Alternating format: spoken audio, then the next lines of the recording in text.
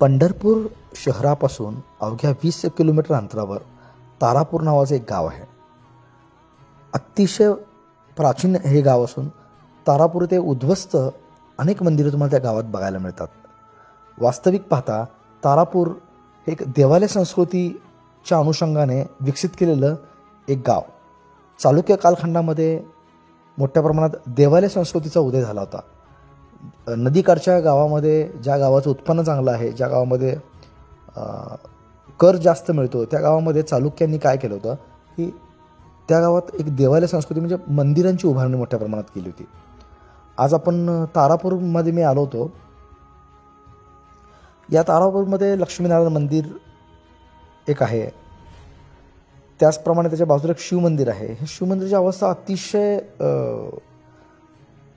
खराब झालेली आहे, उद्ध्वस्त स्वरूपात आपल्याला बघायला मिळते. या मंदिराशेजारी अजून 2 मंदिरं आहेत. चालुक्यकालीन मंदिर हे अतिशय दुर्लक्षित अपरिचित असे आहे. या मंदिरात आपण जरूर भेट दिली पाहिजे. मंदिरात तुम्हाला ब्रह्मदेवाची मूर्ती वगैरे बघायला मिळू शकते. त्याचप्रमाणे या मंदिराचे जे खांब आहेत ते अतिशय कोरीव आहेत. यातले द्वारशाखाही अतिशय सुंदर आहेत. ते चालुक्यकालीन धाटणीची आपल्याला बघायला मिळते द्वारशाखाही.